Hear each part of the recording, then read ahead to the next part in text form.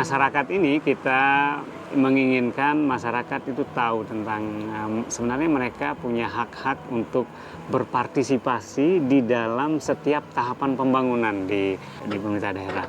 Salah satu program IPD juga untuk di Provinsi NTB ini kita mencoba memperkuat kelompok masyarakat termasuk NGO-nya dalam keterbukaan informasi, juga dalam partisipasi untuk perencanaan penganggaran.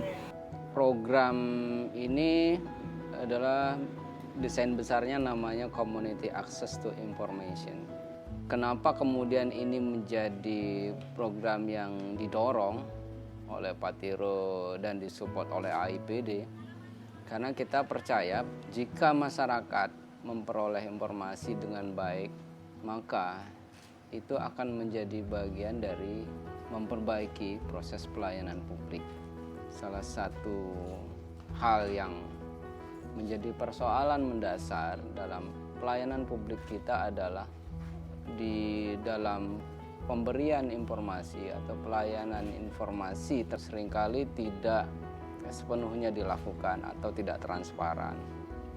Lagi kemudian yang menjadi dasarnya kan ini Undang-Undang Nomor 14 Tahun 2008 tentang keterbukaan informasi publik. Ini kan mewajibkan pemerintah atau badan publik itu untuk memberikan, menyediakan, menyampaikan informasi itu secara terbuka kepada publik atau siapa saja yang membutuhkan, meminta atau memohon informasi. Sehingga kita doronglah supaya masyarakat, badan publik ini semua bergerak untuk mengimplementasikan. Kita melakukan peningkatan kapasitas masyarakat dengan melakukan pelatihan-pelatihan bagaimana kemudian cara mengakses informasi ke badan publik. Kami juga mendampingi masyarakat bagaimana dia melakukan atau mengakses informasi ke badan publik. Jadi tidak hanya putus pada pelatihan, tapi kemudian diimplementasikan dalam bentuk gerakan-gerakan akses informasi. Dan itu terus kita kawal. Salah satu contoh kasus di Desa Dangiang itu soal yang menjadi kegelisahan masyarakat, itu soal obat yang tidak diberikan oleh pemberi layanan. Sebenarnya awalnya sih dari awal keluhan-keluhan masyarakat yang ada di Posyandu kan. Sebelum saya ikut jadi kader banyak sekali keluhan-keluhan di Posyandu. Ada tetangga yang sakit, dia sakit sementara orangnya memang tidak mampu. Suaminya dapat jam kesmas, istrinya tidak dapat. Nah, kemudian masyarakat mulai mempertanyakan, teman-teman terutama di kader Posyandu ya, itu mulai mempertanyakan tentang soal itu. Masyarakat memang tidak tahu apakah ada anggarannya atau tidak. Karena posisi masyarakat selalu pasif. Ya ketika diberi ya dia terima, ketika enggak ya enggak, tidak dipertanyakan. Nah, atas dasar itu kemudian kami melakukan akses informasi. Awal-awalnya itu pertamanya itu kita akses informasi ke Dinas Kesehatan. Ya, masalah jam kesmas itu kita minta akses informasinya ke Dinas Kesehatan. Ternyata dari pihak Dikas mengatakan itu ada. Nah, atas dasar itu kami bersama-sama kembali dengan masyarakat melakukan hearing ke puskesmas. Nah, di dalam pertemuan ternyata pihak puskesmas menyadari soal itu dan pada saat itu juga teman-teman langsung diberikan obat.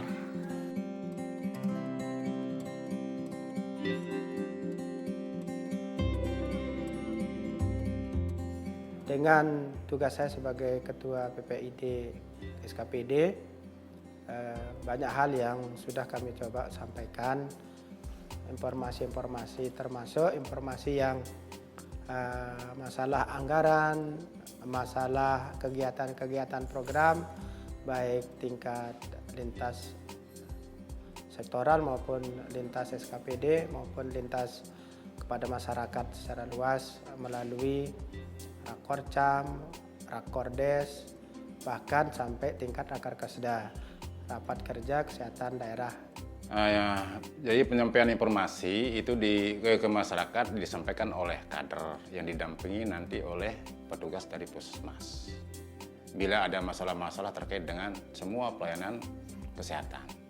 Kebetulan memang karena kita memanfaatkan teman-teman kader Posyandu dengan juga kadusnya, setiap ada permasalahan, mereka yang langsung terjun ke masyarakat. Setiap ada keluhan segala macam dari masyarakat, kita kumpul di sini untuk membahas masalah yang dihadapi masyarakat. Kita yang selesaikan langsung.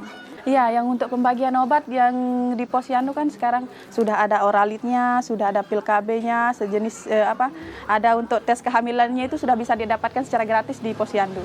Iya, sudah tahu setiap kali Posyandu diumumkan ke masyarakat kalau di sini ada oralit, ada pil KB, ada tes kehamilannya itu atau alat kontrasepsi yang lain juga bisa.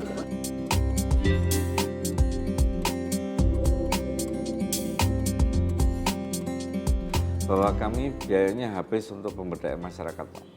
Artinya apa? Kalau saya investasi untuk masyarakat, kalau seandainya saya bukan kepala dinas lagi, mereka sudah berperilaku seperti itu. Jadi kembali ke visi saya. Visi saya adalah masyarakat Kabupaten Lombok Utara untuk hidup mandiri di tahun 2015. Sehat mandiri. Mandiri di sini sangat dalam sekali pengertiannya karena ibu harus sadar, ibu harus sign of crisis-nya sudah jelas. Saya sakit sedikit langsung berobat, saya bisa menangani sendiri, saya sudah paham. Jadi itu mandiri yang kita maksud, yang kita inginkan. Mereka dari sejak awal kalau teman-teman di komunitas itu dibangun kemandiriannya. Jadi tanpa kita siapkan exit strategi pun mereka sudah terbiasa. Hanya saja kita kan mengarahkan bagaimana supaya ini sesuai dengan prosedur.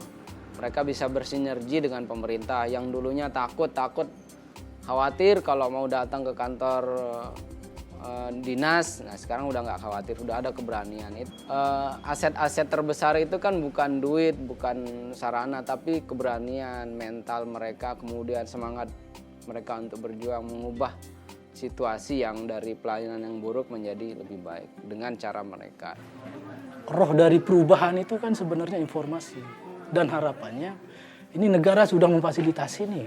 Jadi ada ruang, ada diberikan undang-undang bagi masyarakat untuk bagaimana memenuhi hak dasarnya, dan tinggal masyarakat menjemput itu, dan itu harapan kita. Bagaimana masyarakat terus menggunakan undang-undang ini sebagai alat perjuangannya untuk menuju kualitas pelayanan publik yang lebih baik.